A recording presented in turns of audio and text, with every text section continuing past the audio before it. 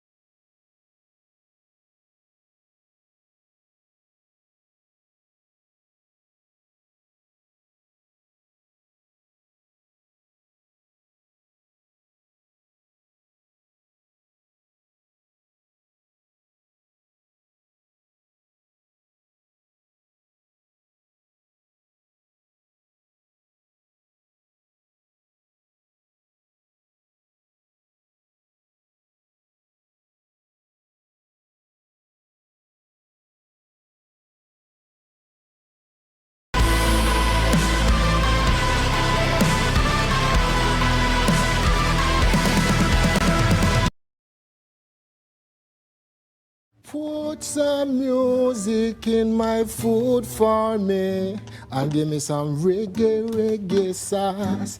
Hot reggae sauce. It's so nice, I had to name it twice. I called it reggae sauce. Hot reggae sauce. Put some reggae sauce on your list. Thank you. My name is Levi Roots. I'm looking for 50,000 for 20% in my reggae sauce. I've been in the music business for over 30 years. I'm a producer, a singer, a songwriter, and a chef. For 15 of those 30 years, I've been doing the Notting Hill Carnival, supplying most of the stalls with my secret recipe sauce I entitled Reggae Sauce. So without further ado, I like just make you have a look. Right, the sauce. What is the sauce? Reggae sauce is a hot to mild jerk barbecue sauce. It replaces the typical tomato ketchup or your hot pepper sauce. Tomato ketchup is boring, no flavors, just tomato. Hot pepper sauce is hot, no flavors, it ruins your food. With reggae sauce, it retains the flavors of the garlic, the peppers, the coriander, the scallion, and all the herbs and spices which we put in. I've got a very nice order from a meat company in Yorkshire for, wait for it, 2.5 million liters of reggae sauce as their first orders. We've had just like a shook hands on a deal. I've had a nice letter from them, which I have with me. Now, all we have to do now is just try and get production up to standard. Any questions, please? It's rare for the Dragons to be serenaded for an investment, but will that help Levi Roots secure the £50,000 he needs in return for a 20% share in reggae sauce? Theo Pafitis wants to know more about the entrepreneur in front of him. Levi Roots, what a great name. Thanks Is it your very real much. name?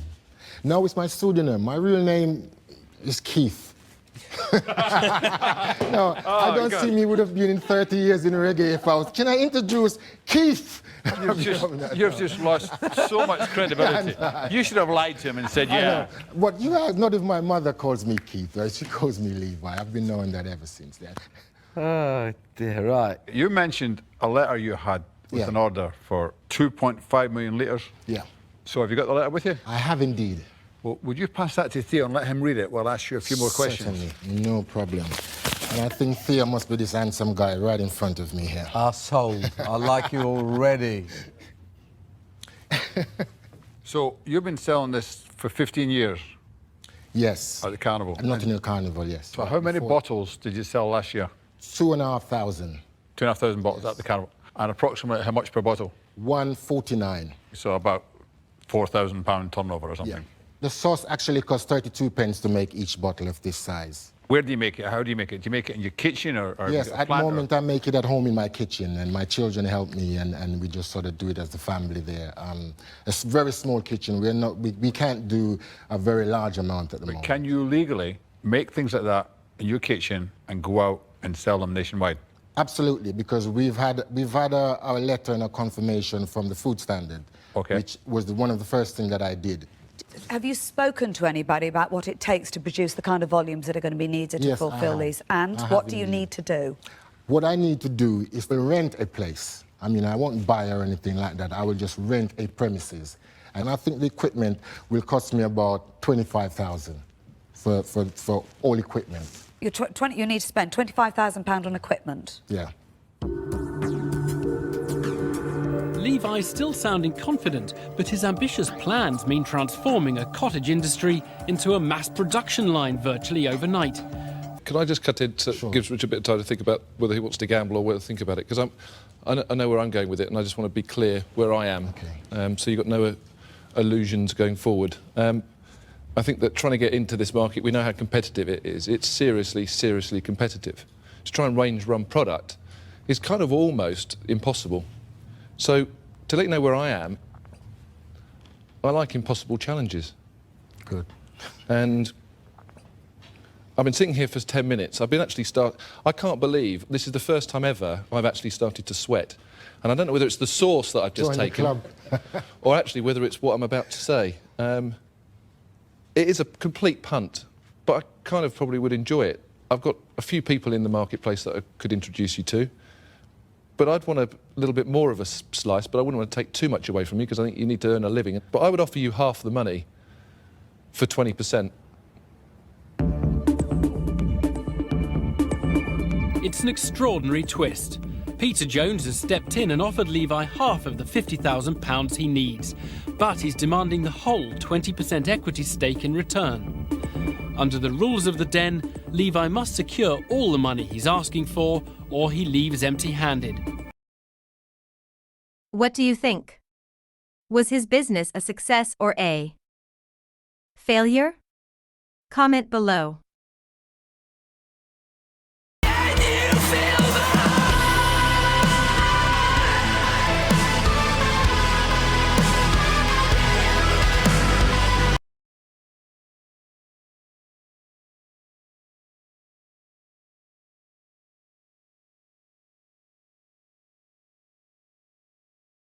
We're going to ask you to fall, and then they will catch you. So you have to trust us. So I'm going to count to 3. Just relax and fall. Okay? 1, 2, 3. No, wait, no!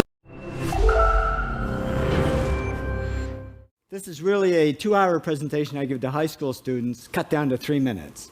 And it all started one day on a plane on my way to TED, 7 years ago.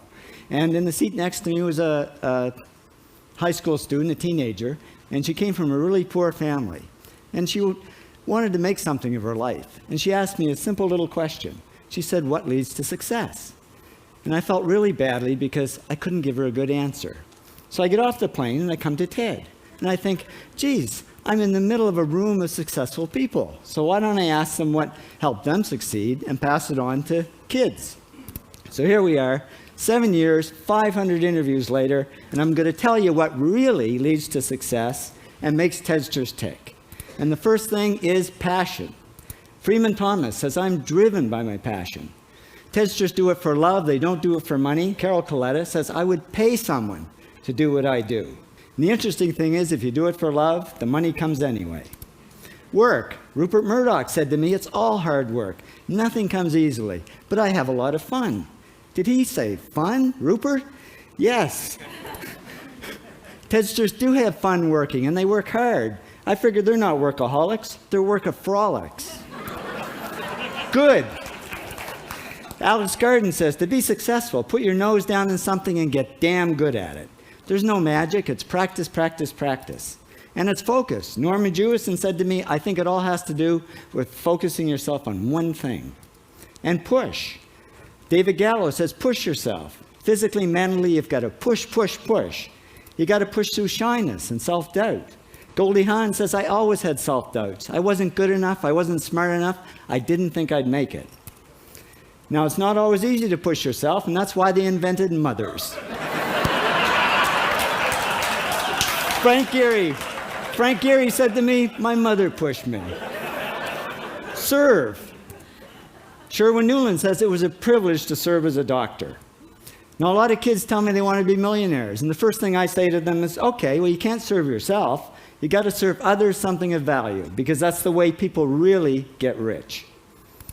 Ideas. Tedster Bill Gates says, I had an idea. Founding the first microcomputer software company. I'd say it was a pretty good idea. And there's no magic to creativity and coming up with ideas. It's just doing some very simple things. And I give lots of evidence. Persist. Joe Crouch says persistence is the #1 reason for our success.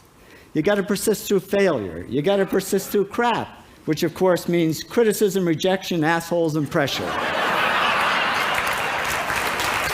So the answer to this question is simple.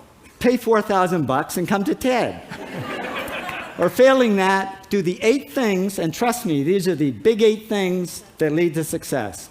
Thank you, Tedsters, for all your interviews.